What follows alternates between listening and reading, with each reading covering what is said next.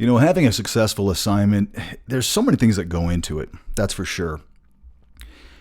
I've done the best I can on, especially the first season of Travel Evolved, to try to walk you through how to best be prepared for assignment and what makes a good assignment.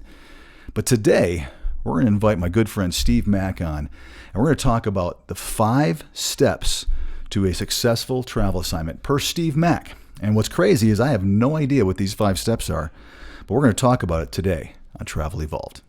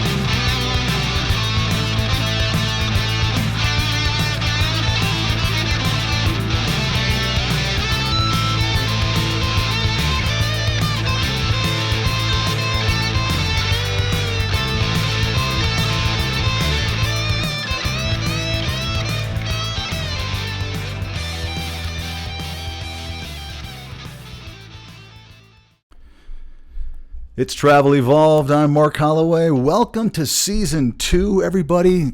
Thank you guys so much for your, continued listenership, viewership, whatever you want to say. It's going really well, and I'm super excited. I'm very happy that we're starting the second season because the first season was filled with a lot of just some basic stuff to kind of get us going. We have more, by the way. There's a lot more that we haven't covered, but we're going to build on that first season. So like I've always said, if you're just tuning in the first time, go back and start listening to the first season. There's a lot of things in there that are important. But I'm just very, very grateful that we are continuing Travel Evolved. We're going to go into a second season. We have, I think, another 100 episodes, at least 2 more seasons that we've already put in the books. And pretty much on a weekly basis, some of you out there are offering to suggest to become guests like we're going to have here today. And I think that's what's great. That's what's awesome about Travel Evolved is it's, we're trying to give you the things you don't get from an agency standpoint. But I also think that we can do some good about really talking openly about some things that you guys aren't going to get from social media or from, just hearsay. This gives you an opportunity to really talk to, and hear other people, which is exactly why I have my good friend Steve Mack coming on. Now, Steve and I have been talking a little bit here on the phone. He's a friend of a friend, and he and I met. And sorry about that. I've really enjoyed. I really enjoy him. He's got he's my kind of guy. He's got the dry sense of humor that I like, and he always catches me off guard because half the time I'll say something and I won't realize that he was totally being sarcastic when I didn't see it until I start really thinking about what did he just say. I hope that comes through today. But he's an enjoyable conversation, and he knows his stuff too. Steve is an ER RN. He's been traveling for, I don't think, a huge amount of time. I'll find out here in a little bit.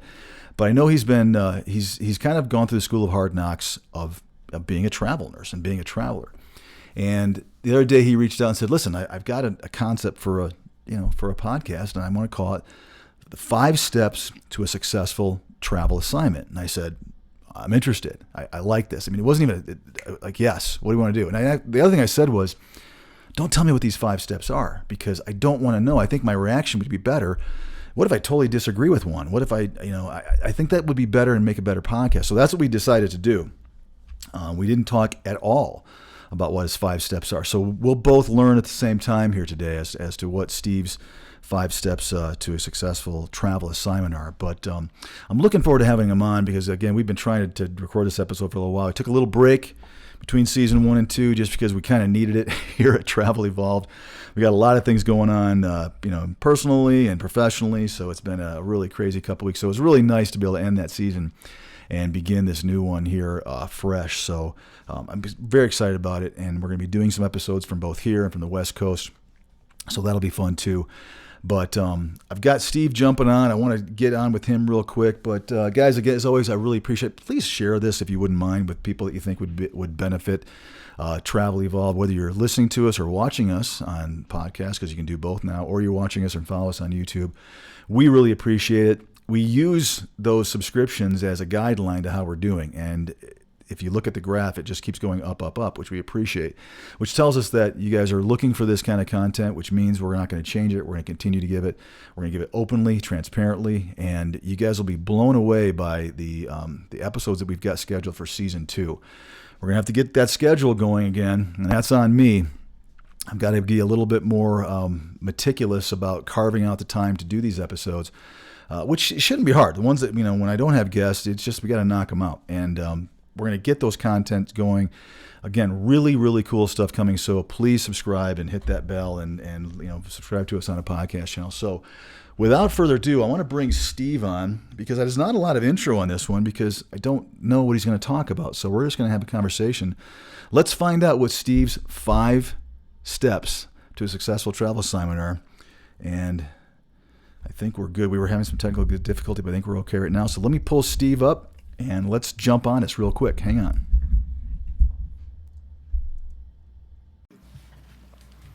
Hey, Steve, how are you? Good. Good. A little bit chilly today. Is Minnesota's it? having a hard. I'm in Minnesota, and it's having a hard time getting to summertime. Yeah. Well, yeah. It's not that way here. We had our first good weather in Colorado, and I'm looking forward to. It gets too hot here, so I'm looking forward to getting out west where the weather's a little cooler. But yeah, you're a Midwest guy, kind of like me. I'm originally from Michigan. I think we talked about that. Just over the lake, the big lake there. So, well, thanks for joining me, and I really appreciate it. You and I we have a friend of a friend, and so we got to know each other a couple of weeks ago, and you had this idea, and I love this. And this is kind of the first time I've had a guest that I don't know what you're going to say or what you're going to talk about, which is good. I mean, I usually have a general. I mean, I never really know. I usually have a general idea, and I like this because, again, you're an ER RN. You said to me a couple of times that you're relatively new in the travel world, but you've gained some school of hard knocks pretty darn fast, especially with the last few assignments. So you've kind of created this 5 steps to a successful travel assignment, and I just wanted to kind of have you talk to our listeners about it. We're going to go through these kind of one at a time, and we'll see how you go. So let's talk a little bit about how long have you been doing this for, how long as far as being a traveler? About 5.5 years, basically my whole nursing career. I was 11 months old when I started traveling. So, I mean, it's not like you're a newbie. I mean, 5.5 years, that is, I mean, in this day and age, I mean, that's you know what you're doing right now. I would hope at this point you've had good assignments, you've had bad assignments. So you jumped in. I had a guest recently. You didn't have an awful lot of nursing experience before you got your first assignment, which is a little unusual. Did you have any trouble with that 2-year, experience needed kind of thing? It was. I had been a paramedic for a few years before I became a nurse, and then I've only had one staff job, like where I'm on staff at the hospital, and that was a small level 4 ER, where we didn't usually have. No, we never had a tech unless we called somebody over from the med-surg side, right? Yeah. And so we'd run around and do all the stuff. And then at night I was by myself. You got floated everywhere, didn't you? You mean in a small, no, just small almost level 4? No, just in the ER. But like I would go to med-surg sometimes if the ER was, well, we don't like to use the word quiet, but Oh, you just if it jinx was light everybody out duty, there? if it was light duty at that time, so I'd go over to med-surg side and do some task, right? I sold a DNR once to a lady. I put a catheter in, start IV, stuff like that. But other than that, I was in the ER. Gotcha. So I was 11 months old and then started traveling. There was a little bit, I guess, difficulty at first. But then my first assignment was another level 4 hospital, a couple hours away in Minnesota. And that one ended up getting canceled. So I had a rough start to traveling. That one got canceled 3-4 weeks in maybe. They decided they wanted a med-surg nurse instead of an ER nurse. Okay. So I'm like, okay. It was a good. I wasn't happy at that assignment anyway. It was really catty, like much more so than I had experienced at the staff hospital. Yeah. But anyway, so because they canceled the contract, that travel company would have a fine if I decided to leave, which I had thought Right. about. Just Yeah. was not a good place, so I had thought about leaving. But there was a clause in my contract that said it would be a $2,000 fine. So when they Yeesh. canceled the contract, instead of me leaving, they told me, the DON said they're going to cancel it. So I'm like, thank you, Yeah. which she was not expecting. Well, but I like the fact that they were upfront and honest with you about it. We've had episodes and talked about it on this podcast and this channel that there are often times when they realize their mistake and they realize they needed something that was more medical surgical side of things instead of ER, and they let you go because they're worried about getting I don't know what, but they end up canceling you for reasons that are saying that it was clinical or you were tough to get along with. I've seen that many times, and I don't know why it is that hospitals have that mentality. I just wish they'd be more honest. Like apparently this one was. They said, "Hey, Steve, we goofed. We screwed up. We got the wrong order, and our ER was busy, and for whatever reason, we really need this." I like that a lot better, and it's unfortunate. I feel it's a little bit unusual this day and age, and I cannot answer why it is that hospitals just don't say, "Hey, we goofed, I and got a we don't theory. need you anymore." What is it? I'm just a rented Money. mule. What's that? I'm just a rented mule. Well, yeah. I mean, it's money. It's got to be money related, but I'm not your staff. We don't have, like, if you're the manager, right? Some will come and talk to you, but others, this is not working out for whatever reason, yeah, or our needs changed and we don't need you anymore, right? right. So That's some the will come one. and tell you, have a conversation, but others, just like, it's really simple. They call the travel company and say, get this person out of here, and that's it. Why? Well, Because we're a rented mule. yeah, and I've always said this. We all get the money. All comes from the facility. That's where the money. We don't have the money. The facility pays us. We take our chunk oftentimes out. We pay you the rest, right? We pay Uncle Sam. We pay a vendor potentially, but the rest goes to you supposedly, and that's where it's supposed to be. So I don't know Right. why hospitals would be afraid to tell an agency the truth. Hey, we goofed. Our census was high. It's now low. But for whatever reason, I've just seen this in the industry for 22 years that they tend to blame the traveler instead of just saying, "Hey, financially, this just wasn't what we needed. We screwed up, or the census dropped, or who knows what." I've never understood that. I know we're off topic, but I just think it's one of the weirdest things in our industry that seems to be. It was that way 22 years ago. It's probably been that way for all 5.5 years you've been in this industry, and you've seen it, whether it's happened to you or not. But I love the fact that I actually have an example of somebody that was talked to up front and right. So, well, let's jump into it. I'm curious. I got my notes. I got a blank piece of paper which I barely ever have. I've got the title of it up there. So I want to kind of follow along with you, and like you and I talked about previously, I think it's going to be interesting to see if we're in sync as a traveler and as someone from an agency side of the standpoint, if it makes sense. So let's jump in. Let's talk about your 5 steps to a successful travel assignment. All right. So why don't we just go through them quick and then Okay. we can dig Yeah. dig into them. Sure. This is new for me too. I've never done a podcast before, but all right. I have, but I'm just not very good at it. I'm getting there.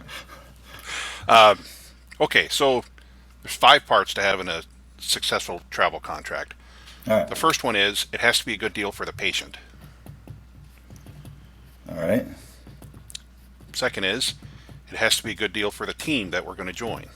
So in my case, the ER. So the people I'm going to be working with. I like it so far. Third has to be a good deal for the facility. The facility that picked me instead of the other 800 million travelers that got submitted. Right. Right? Especially right now. Yeah. Fourth, it has to be a good deal for you, the travel agency.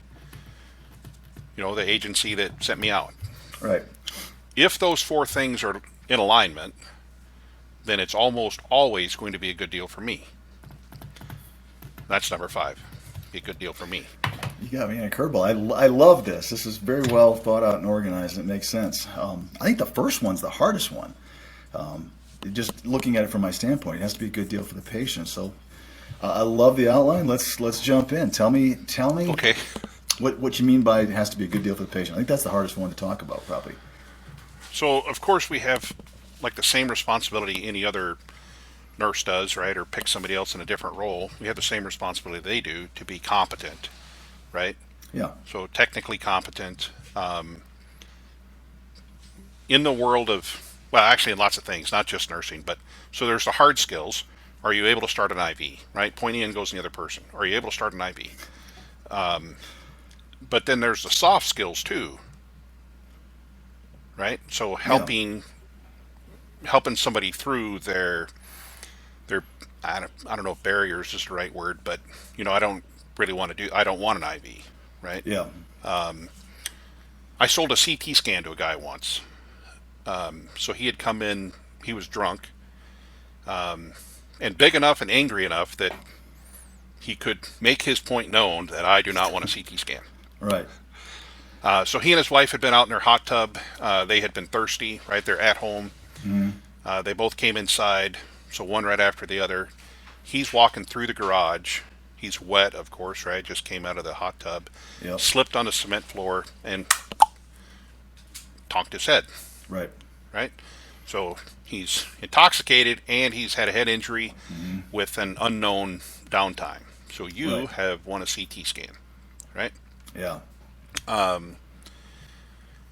The way it got talked to him initially was, okay, well, next we're going to go do this. Next we're going to go do this. It was all top down, right? Mm-hmm. So he starts escalating. He's drunk. He's already irritable. He doesn't want to be in the ER. Yeah. And now everything is top down. So, like, you have to do this, right? Our protocol Yeah. is, so you will do, right? So Right. security's coming. This is going to ramp up. He wasn't my patient, but I happened to be at the nurse's station next to his room. Mm-hmm. So this is all soft skills thing. So I went in his room before security got there, and said, "Hi, my name's Steve. I'm one of the nurses. What's your name?" And he still wants to be angry and argue. And I'm Right. like, "Whoa, whoa! I just walked in. We've never met before. Tell me what's going on." I just, I heard you. I didn't say I heard you screaming, but I said, like, I heard you talking with the doctor. Right. Like, I think people on another floor heard him, right? So, like, I heard you talking to the doctor. I overheard that a little bit. So, tell me your story a little bit. What's going on? So, I Yeah. get him to tell me the story. And he's like, I'm not doing this. I'm not doing that. Like, okay, I can appreciate that. Can I ask you a question? And so, I got in a conversation with him. And I explained to him that I've been you before. I've been the patient Mm-hmm. who then also has to have some procedures done that I don't want, right? So I've been you before. And we got through that, and then we talked a little bit about, like, this is why a CT scan might be a good idea for you. I realize you don't want one, but, right? So we went through that. Right. He went down through the CT scanner. Security didn't have to get involved. We didn't have to give him any, we're going to control you medications. We didn't have to do any of that, Mm-hmm. right? So Right. that is, it has to be a good deal for the patient. We could force feed that, but it's not better. So really, what we're saying is that, yeah, for a lot of folks, it is. I guess what we're saying is you got to be on top of your game. Is what you're getting at. You've got to be confident enough to take this assignment. Is really what you're kind of getting at. You've got to be to the end. Person that you're delivering your service and your goods to, so to speak, is the patient. It's not the hospital at this, with this part of this conversation. It's that this has to be a good fit for the community and a good fit for the patient, like you're saying. We've Patients seen are all the same. where it's not before. Sure, I Right. would think so. I Like spent a lot whether- of time in hospitals. I'm a travel nurse or I'm a staff nurse. Like, I've been in 5 different states. The patients are all the same. Right. The complaints are, I have abdominal pain, I have chest pain, I have difficulty breathing, whatever. So people are basically people. Right. So, but we have to be able to, so a good deal for the patient, we have to be able to explain the procedure and willing to take the extra 1.2 seconds it takes to explain the procedure rather than just jump on them and do it. So, step one really is, I'm just paraphrasing. Tell me if I'm totally off base here. Step one really is make sure as a traveler that you're going to be a good fit for that patient, Yep. that you've got the right mental attitude, whether, that you're willing to walk in and again, like you said, patients are all the same.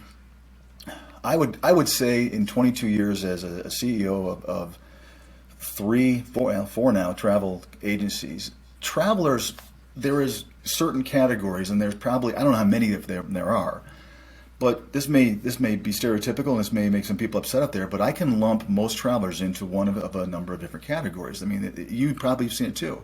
People are people, like you said. You've got the ones that are super agreeable. You got the ones that are are grizzled and they're always looking for who's going to get me this time. There are certain categories, and I can tell when I'm talking before they even start the assignment what kind of category they're going to fall into. And I do see, and again, I'm just being blunt, that there are sometimes I'm going, what are you doing traveling?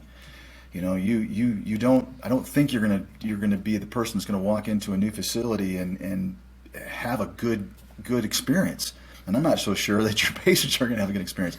And then I've got the people that are the complete opposite, where I'm like, every time I send you, and I've got a number of people that are with me right now, that I'm so confident that I know I can tell my counterparts at the facility, I'm giving 100% recommendation to this traveler because he or she has done so well for me multiple times. I know they're going to be the same way at your facility. They may have some challenges, but they are built for this travel career. So there's just as many people, if not more, that are so good at a good fit for the patient. And I guess that is step one, especially those new people. If you're thinking about this, are you going to be, as you said, a good deal for the patient? I like that. I knew that would be a tough one because I wasn't quite sure if we were going where you were going, and you did, and you went right where I was hoping you would go. And I think that's a good realization to make. And if you do have potentially a tendency to not always be a great deal for the patient, then you have an opportunity to try to change that to see if that's in fact something that you want to continue to do. Have you ever had an assignment or I guess maybe have seen somebody on an assignment alongside of you that was not a good deal for the patient? I mean, I know I'm asking a leading question, but I mean, let's talk about how that presents itself. I have watched a YouTube video. Yeah. Yeah. Um, So, go ahead. yeah. Well, this goes way back. I was a paramedic then, for the one I'm thinking about right now. Yeah. We picked up well, in the ER we call them frequent flyers, right? In EMS Okay. too. Yeah. So we responded to somebody who thinks that we have a subway punch card. If you come often enough, you get the next one free. Oh, okay. All right. Gotcha. Were they doctor shopping, a narcotic type situation, or was it? Yeah, Okay. she was a routine, and we Okay. would take her to all the different hospitals in our area, Gotcha. All right? right. I just want to Whichever make sure I one was on the she, same page. So you're talking about someone yeah, who wants to. Yeah. Yeah. she just Got it. needs another ride. Right. So my partner it's his turn to take the patient. She's complaining of, of course, her pain is 10 out of 10 or 10,000 out of 10, right? And he's frustrated. We don't want to be on a run right now, right? It's probably dinner time or something like that. But anyway, Yeah. it's Sure. inconvenient Right. because the pager gods never call us when it is convenient for us. Sure. Anyway, so he is going to start an IV. She wants morphine, and his plan. We put her in the truck, and then we're outside fixing to go in. So she didn't hear it, but his plan is he's going to give her saline and tell her it's morphine. And I get the idea, right, of Right. a patient might believe the placebo effect, right? So the patient I believe that you Sure. gave me pain medicine, so I feel better, right? Yeah. But I don't think it's cool to lie to a patient. Right. especially one So who knows what the feeling is going to be like and is expecting that, whatever it is that with any people of want them, when they get that morphine. Yeah, I didn't like this lady either. She also wasn't any fun to spend time with. She's just not a nice sure, person. right, Having said that, it's still not cool to lie to a patient.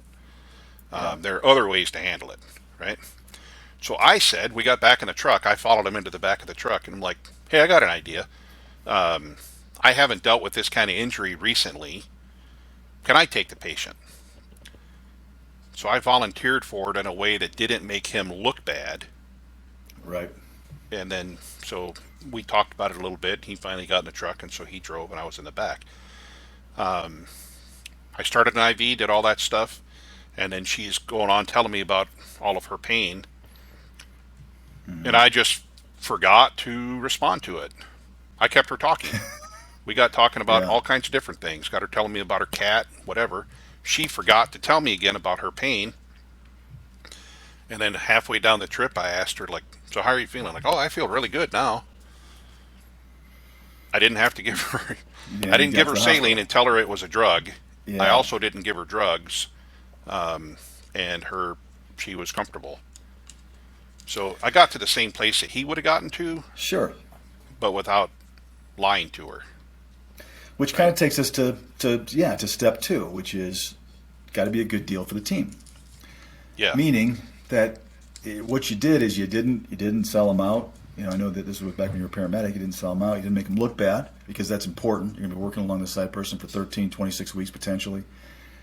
As a traveler, I cannot talk intelligently. It's like having someone say, "I know how you feel," when they really have never been in your shoes. I cannot tell you yeah, what it'd be like to walk in to an ED as a new traveler, and people have whatever impression of you, whether you're oh, he's making all the money or whatever, and walk into that unit blindly and then have to appease a team, but knowing you, not as well as but as little as I do, but I actually know you pretty well. I can understand how this is something you've worked pretty hard on. I mean, I can just tell. I think our listeners can tell you've worked hard on focusing on the team that you're about ready to join. It seems to me like just with that last story. so my objective when I go someplace is I just want to be like, this is what I want to do. I just want to be a part of your team for the time that I'm here, right? Yeah. And so one of the things you've probably no doubt heard about this is okay. Anyway, so one of the things is that the traveler says, well, at the last place, this is how we did it. Well, they do it Right. this way over here. Nobody Right. likes that, right? Yeah. It's one thing to talk about, I've seen it done this way before, as a suggestion about how we can get something done, right? Hmm. That's one thing. It can be valuable there because I bring all of the travelers as we go around to different places pick up. So chest pain is kind of chest pain, right? Right. An extra joint in your leg's kind of an extra joint in your leg, right? No matter where you are, but there's nuances in the way this facility or this system tackles this problem versus this one, or there's different equipment at this facility, those kind of things, right? Right. And if you've only lived in one little fishbowl, then you've only lived in one fishbowl, right? A traveler Yeah. nurse goes in all the fishbowls. So Correct. from that perspective, those other experiences can be helpful to the team that we're on now. Absolutely. But if it's, But well, this is the way that we yeah, did it I call over it traveler there. wisdom. I did it. Yeah, I call it traveler wisdom. I've always said I think it's amazing that someone doesn't tap into that. I understand why. I think you do, I do. I think most of our listeners have experienced why they don't, because it's that attitude, or it's because people just feel like they do it the best way. But if you can, and I know where you're about to go with this, if you can somehow get that point across of the way you've seen it done elsewhere without it sounding like it's better than what you're seeing in front of you right now, Hmm. that's a gift, and it's an important. I think it's an important piece of travel healthcare in general. I don't care if you're if you're a rad tech and you're helping. I've always used examples, and you've got some secrets to getting some contrast in somebody, or a very specific procedure in the ED that you've seen work really well on a certain type of patient or whatever, it's important somehow to get that out. And it's a talent to do it where it's well received. Yeah, it's sometimes, most of the time. I mean, if it's done properly, right? Most of the time, it is well received. Another part of being a good part of the team, like what I do when I walk in someplace, is like I've been traveling my entire nursing career, so I've gotten really comfortable sticking out my hand and saying, "Hi, my name's Steve. I'm the new guy." And they're like, "Okay, great. You can sit over there," right? And they respond however they respond. Most of the time, they're pretty receptive. Part of being a good deal for the team is I look for ways to help other people. So of course I manage my own assignment, right? My last place was 1-in-3 was the ratio, but I've been places where it's 1-in-4 is real common. I was down in Kentucky where it was supposed to be 1-in-4, which often got spelled 1-in-7. So, and I really liked it there. We definitely got our steps in, like everybody did. But so part of being a good deal for the team is that I, one, manage my own assignment, but then two, look for ways to help with other things, right? Whether it's lifting a patient up off the floor, starting an IV for somebody. I noticed that your pump was beeping, so I got that, I got that thing turned off and disconnected. I flushed the line and I charted it out, right? All those little things that save you some time, right? And most nurses, in my experience, most nurses respond well to that. Even though, I was okay in your patient's chart, but I've explained why, and it was a thing that helped you, right? There have been some that get super defensive about it, but not most of them. So it's important to be a good deal for the team. I think it has to do with delivery. Yeah, I think it has to do with delivery. I think that's a skill to learn, and I think it's something that all travelers will find if they're able to learn that skill. I mean, first of all, the community benefits, the team benefits, everybody wins. But it is like any position. There are some nuances, and this is one of those that I think that the better off you are at this, the better, you have a more successful travel assignment. Absolutely, love that one. I think that's a perfect one. Obviously, it's got to be a good deal for the facility, and kind of self-explanatory, and it kind of goes along with that. But tell me kind of what you mean by that, and we'll delve into it a little bit here. Okay, so, I'm one of the huge stacks of profiles that get submitted to a hospital, and happily they made a good decision and picked me. Right. So now I have to be a good deal for them. Like, I'm glad I picked that car instead of that car, right? Right. We're all kind of cars. So I'm glad I picked that one. Well, that means that I show up on time. I remember not to steal their drugs. Show up like I'm ready to work. All the kind of stuff you would do if you were a regular employee, right? Mm-hmm. In 2017, I was in New Mexico. I'm still a brand new traveler. I started in 16, and now it's January of 17. So I'm still pretty new as a traveler. And so I asked the ER director at that hospital, what makes a good travel nurse? I had already decided that this is what I want to do.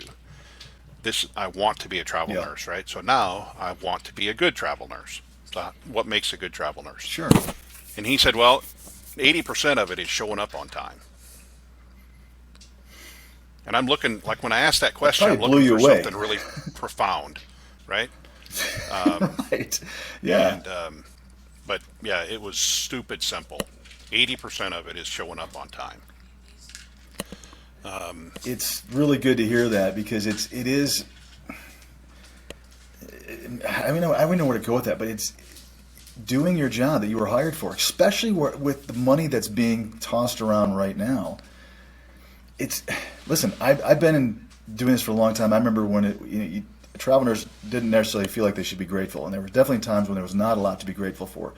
The money was low, the opportunities were low, the way they were treated by facilities, by agencies, everything was poor. I hope we don't go there again, but there are periods of time, usually economically tied, that have to do with that. Right now, in the last few years, I know things are dropping a little bit here for sure, but right now is a great time to be grateful. And I guess basically what you're saying is be thankful for this opportunity and go kick some butt on the assignment that you were selected for, and make sure that they realize that they made the right call to hire the right traveler up on the stack. And there's always a stack. Yep. So if you, Yeah. once upon a time, I was a home improvement contractor, and I told my employees that I played favorites. I just told them, yeah, I'm like, just to let you know, I play favorites here. Yeah. Would you like to be one of my favorites? I'll tell you how. Like, my favorite worker is the one who shows up on time and then does the work that we have to do. Does their job and does it And you can well be and my take favorite pride in also. That's the same across industries. I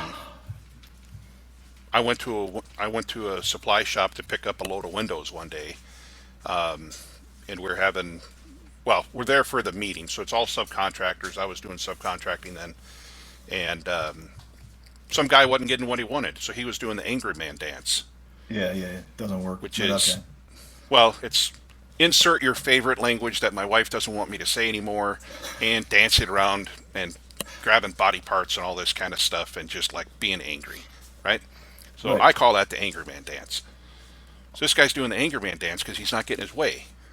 And that shows up in different ways, kind of all across the industries that I've been a part of. It's everywhere. Yeah. But being a good deal for the facility is that you show up on time and then just act like you knew that you were coming to work on the day that you came to work. Yeah. Well, I mean, it's like you said, it sounds simple, but it's just one of those things that I think that all travelers.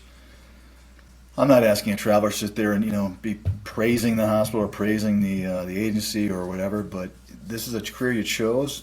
Be grateful that you were selected. You obviously have something on paper that allowed someone to want to talk to you. You obviously have something, hopefully, if you got a chance to get an interview, that is. Hopefully, when you talk to somebody, there was something about you that made you rise to the top and the offer came. You did it. You're good at what you do. You're good at your craft. Again, I don't care if you're a physical therapist or you're a surge tech or you're an RN. You got there. So, remember, this is a career, and I think things do follow you around. I mean, references, where you've worked, people check, and more, I think they're going to continue. So you want to leave a great impression, and maybe good for that facility. All right, So you let's talk mentioned about the the agency. agency. Yeah. Let's All mention right. the agency. Let's go there because So it needs to this be. this will be fun. Let's pretend that you owned an agency and I'm a travel nurse. Okay, that's a stretch. So you want it to be a good deal for you, right? Right. That you sent me out. So here's what that looks like. One is that I do those other things so that you don't have to field those phone calls from the angry manager that's like, hey, you sold me this, and like, what's up? Yeah. Right? Right. So you want to avoid those. I mean, you probably want to avoid those phone calls. But another part of it is that I've been on an assignment with an agency that I'm not happy with. Mm-hmm. Part of being a good deal for the agency is that I don't air my dirty laundry, so to speak, right? Right. I don't tell so you're my coworker, switch the game a little bit, and you're my coworker, or maybe the manager at this hospital, right? Mm-hmm. And so being a good deal for the agency is I don't badmouth the agency that I'm unhappy with Right. to the client facility, right? Because when I'm there on an assignment, I'm a representative of the agency that I've just been working with, or your agency, or I'm a representative of the company that sent me there, Right. right? So it just, if it's going to be a good deal for me, I can't badmouth your company that I'm unhappy with, right, to the facility, because nobody wants to hear that like internal drama, right? Right. Right. It doesn't mean that we shouldn't address it, but we can still talk about things that we're unhappy with without being an ass about it. It's interesting because there's as you know there's Facebook groups that they this is all they do. It's about bashing a facility. It's about Right. bashing an agency. It's a weird industry. I did I an think episode that'll called bite back. Triangle Trust. Well, you never know what an agency, what the future of an agency is going to be, right? You may be bashing an agency that is, has some issues, and they fix it, and they become a great agency, and you've had this problem that no longer are they wanting to work with you, or vice versa. I mean, the great thing about the market is what you're saying. If you have a problem with an agency, the best way to fix it, if they, is first of all, like you said, talk internally. I love that. If it doesn't get fixed, the best thing to do is don't work for them anymore. Yeah. Yeah. You know what I mean? Hundreds of us. And I've said we all need to work harder. And there's a lot of big companies, and I'm just going to throw it out there, that they have, a lot of positions. So you got to think about that. You may not like what they do, but if you want to go to, if you want a lot of opportunity, there's value to a huge company, which is really easy for you and I sit here and beat up. And I've done it before. Beat up to the big guys because they have so many, they don't care about stuff. But at the end of the day, you got to be careful because you see this all the time. I'm going to throw out, this company by name, this manager by name, this recruiter by name, and I'm going to tear them up. And I would imagine a couple years go by and you're like, hey, I really want a job in this particular place. And boy, lo and behold, the only ones that got it, the company that you just beat up, and they don't want to work with them. You're a DNU or DNR for them because you're difficult to work with. But I think it's a two-way street. To be fair to everybody out there who's listening, I mean, the same thing applies, to the agency. If the agency is doing a bad job, the best way to hold them accountable, if you can't get it fixed, is to take off and go Yep. elsewhere. Someone asks you for a reference to that company, you'd say no, I didn't have a good experience with them. That's post facto. Someone's asking your opinion. Did you enjoy it? What was your assignment like? How was your pay? How was your benefits? How was things handled? If they weren't handled properly, you can tell them truthfully. I didn't enjoy that assignment with that people. I think there's nothing wrong with that. I think everyone's going to have a different experience because we see it all the time. I could literally go right now and pull up Facebook. I won't because it'll have names, and I won't do that on this podcast. Yeah. I would say I could show five people that can't stand company XYZ and 5 people that love them. So is it really the company, or is it the mesh of the personalities and how things played out? And the answer is it's who knows. It's a combination of everything. It's a wild industry. I mean, there's so much trust involved. There's so many things that can and oftentimes do go wrong.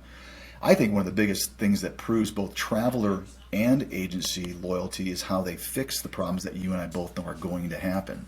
If you're running late and you have issues and all of a sudden you've got a fender bender and it's happened, Murphy's Law, I got sick and next thing you know, you're being labeled as a person that's calling in all the time. Let's fix it. And if you fix it as a traveler, that goes a long way. If the agency's got an issue because they're paying you wrong, there's a Kronos report that's incorrect, you fix it, goes a long way.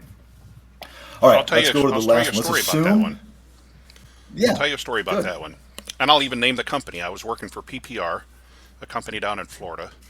And my timesheet was, on Friday, so we get paid on Friday, right?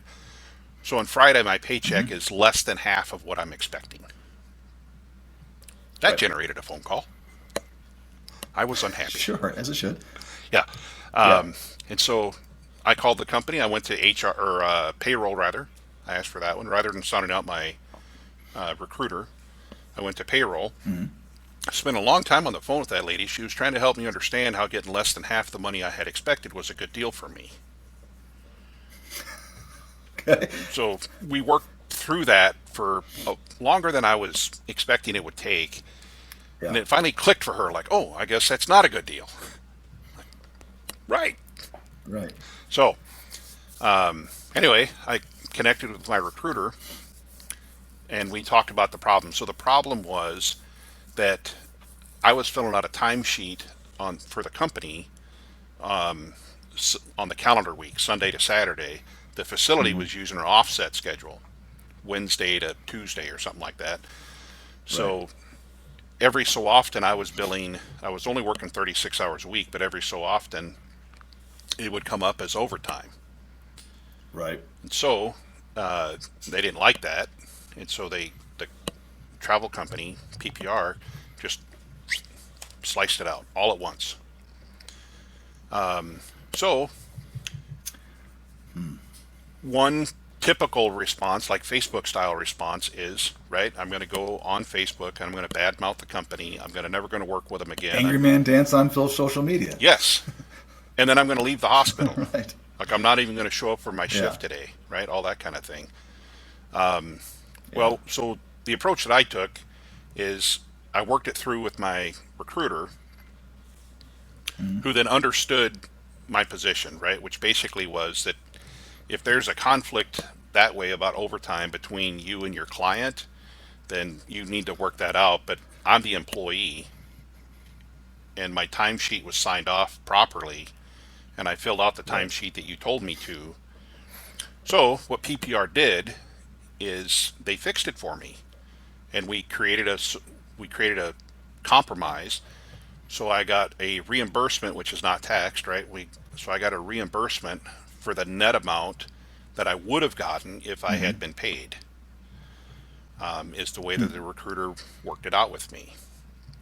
And then we adjusted the timesheet to avoid that problem in the future, Makes sense. right? And so that is that's how that problem we made it into a good deal for the travel company, Right. right? And then also They. five, a good deal Yeah. for me because my money got Right. fixed. You did compromise because clearly what it sounds like was that there's no way that a hospital is going to go back and pay that company for those hours. So giving you a bonus that was non-taxable, and legal was fine Yeah, because reimbursement. they Yep. were they were paying you money that they were not going to collect, but and you understood because it was about communication. Yep. The only thing I would have wished was that you wouldn't have been surprised by that check, that there would have been some kind of communication. And I'm sure your recruiter was probably upset about that too, that That somebody that would have made higher it up better. decided, Yep. yeah. So I continued And, to and, work with and that I get recruiter. it.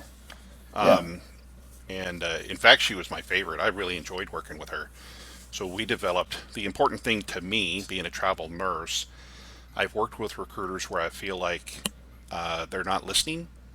I worked Hmm. with a guy, told him I want to stay close to Minnesota because that's where I live, right? Yep. I had just said that. He's like, let me tell you about this great hospital I got in Denver.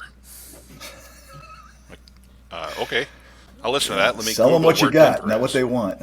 Yeah. Let me see how close to Denver is to Minnesota. Oh, turns out it's not close. Like he didn't even listen. That was frustrating. I love your sense of humor. And I work with other travel, like that recruiter with PPR, or another one, two other ones I'm thinking of now. That so we developed relationships where we talked Yeah. about more than like when you got a new puppy and when you're going to go on a hunting trip and stuff like that, right? Yeah. Not just about the going to Yeah. work, right? I've always said recruiters are either can be great and they can be horrible. I mean, and unfortunately, you've got oftentimes both in representing the same company, which is unfair because you got a great recruiter, you think the company's awesome. You got a bad recruiter, you think the company stinks. And it is the voice of that company for you as a traveler. And yeah, I mean, it like you said, you can probably, like I said with travelers, you can probably lump recruiters into 5 or 10 categories of exactly what you know what you're going to get as soon as you start talking to them. And I think that as the time goes by, you'll learn the ones that kind of click with you. It's so crazy to me that's unfortunately part of the whole successful steps is getting lucky that you and the recruiter are in sync. So obviously the same thing happens when you're talking to a manager on the phone, or making sure that you hopefully what they say is what's going to happen when you show up in that ED. But all right, so let's assume that we've got steps 1 through 4 all set, and let's talk about step 5. All right. For the most part, if those other four steps are in line, right, it's a good deal for the patient, treating patients like people, right? Most of the time, if you pretend that a patient is a person and treat them like it, most of them will respond that way, right? Yeah. Psych patients too. Psych patients will respond like real people too if you treat them like it. But anyway, so They let's will, assume huh? that those things are in alignment, right? It's been a good deal Yeah. for the patient, for the team that I'm working on, for the facility that hired me, and for the travel company that sent me out. Most of the time, then, it's going to be a good deal for me, for the travel nurse. So we know already before we go out on an assignment how much it's going to pay. So there's no real question about, unless there's something that happens in payroll, right? But other than Hmm. that, we know how much it's going to pay because we were told that before we accepted the assignment and signed the contract. Right. Sometimes there can be a glitch with housing. I was on a job in St. Louis, Missouri, and the housing was so chaotic.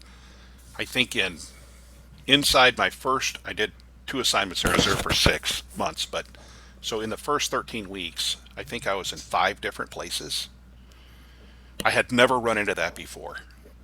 It was Was it because there was a shortage, or just because it was just no Murphy's Law? What was?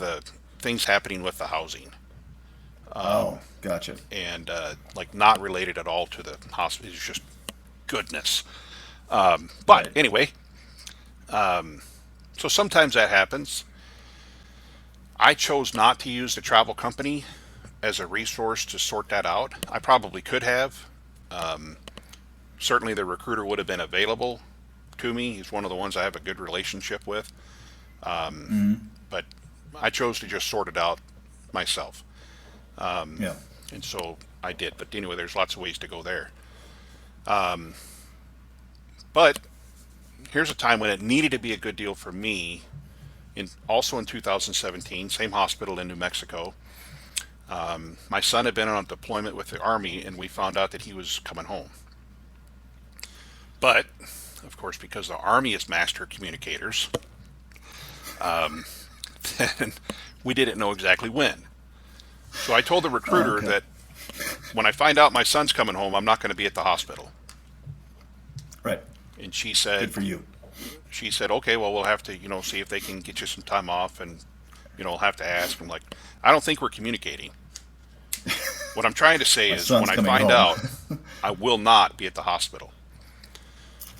And, um, and then I told the hospital.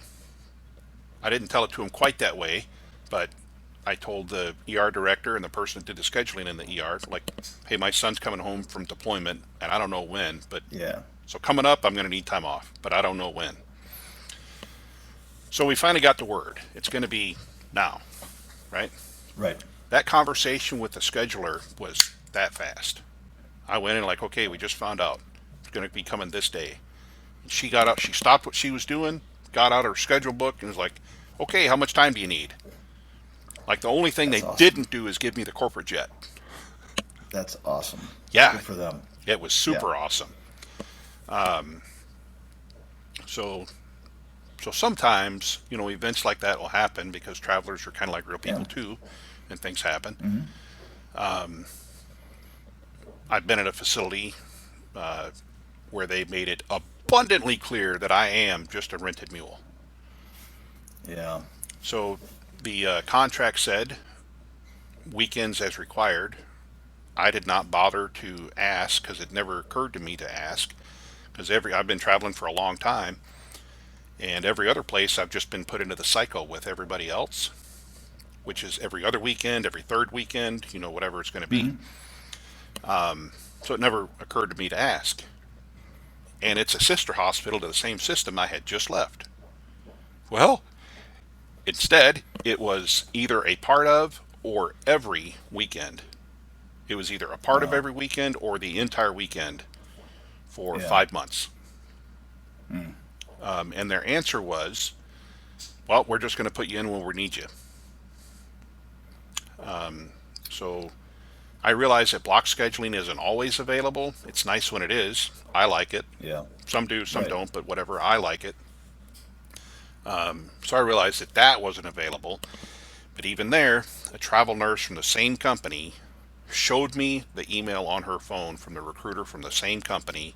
The email said, "Well, make sure that you get your same block schedule that you have had." And my recruiter, same company, was telling me that we can't do block scheduling. So there's nothing we can do for you. And so that's an example that that assignment would have gone better. I still showed up to every shift, Right. and all that kind of stuff. But that's a case where I wish that the recruiter, the travel company, had worked harder at advocating for me. Yeah. But to be fair, Something they just needed to ask. the staff And was yeah. having the same problem with the scheduler. The schedule guy was just completely inflexible for everybody. So he wasn't singling Yeah. me out. It wasn't that at all. He was just that way for everybody. Hmm. But most of the time, if those four things are in alignment, it's a good deal for the patients, a good deal for the team. Like I'm actually being an active, helpful team member. It's a good deal Yep. for the facility, for the agency that sent me out. Most of the time, it's just going to click that it's going to be a good deal for the traveler too.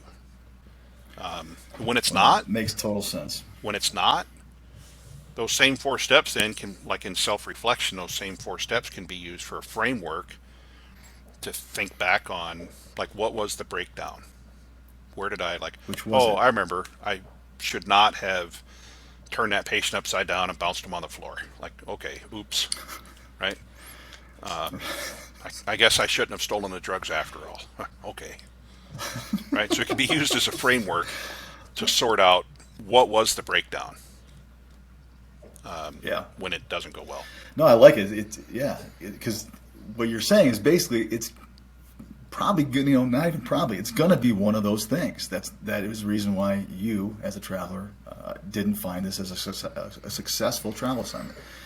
If you're able to do some introspection and look back and see, what was it, then it is good. It does.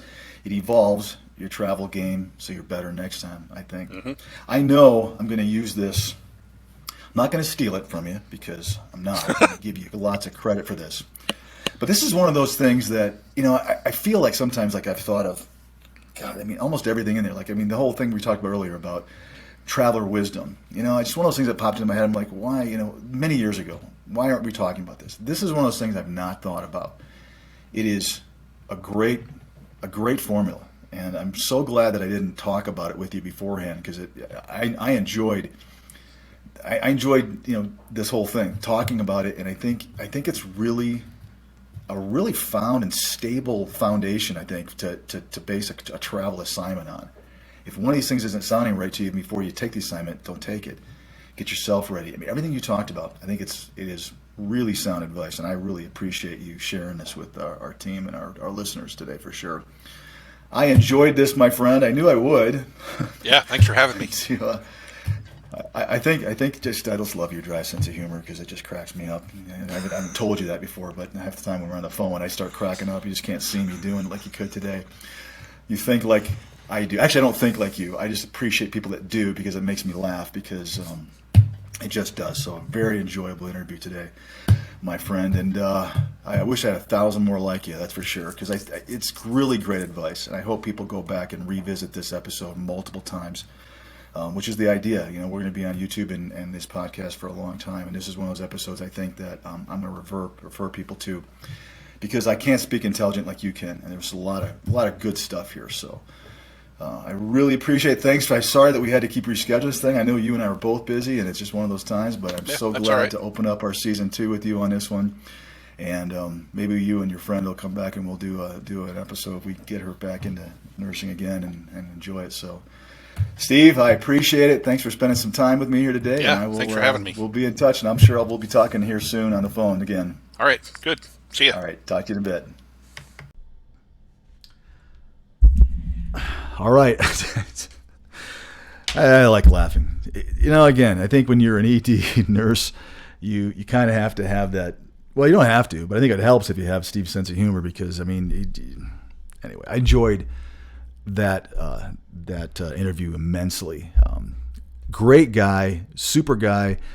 I mean, if I'm going to the ER, I would certainly be very grateful for someone like him to take care of me because I just think it shows. I hope you guys saw that from him. But I think what he talked about was helpful. I mean, it really does make sense. I mean, he's thought about this, and to have these 4 steps really that turn into the 5th step of you enjoying the assignment itself, I think is incredibly. I think it was just a really important episode. I'm not kidding when I said I do think that this is one of those episodes that you guys should be pointing to other people about. People are struggling. People are having sense. We've talked a lot around some of this stuff in most of our episodes, but I love the fact that Steve really came in and hit it and kind of almost put a lot of the things that we've talking around and maybe not so organized. He organized it and just knocked it out of the park. So really grateful. Thank you, Steve, for joining me. I'm going to have him back. We're actually talking about a couple other different episodes for sure that we're looking at maybe doing here in the fall or a few months, some tougher topics that I think he'd be good to have on. So, guys, I hope that was beneficial. I know I benefited from this. Like I said, I'm going to be utilizing that, I think, pretty frequently for a lot of the just the conversation. As you know, I revert back to previous episodes when I'm using examples, and this is one of those I'll revert back to. So I'm glad you got a chance to watch it and listen to it, and it's just been great. Guys, I appreciate you guys immensely. Thank you so much for tuning in and subscribing, and I will catch you next time on Travel Evolved.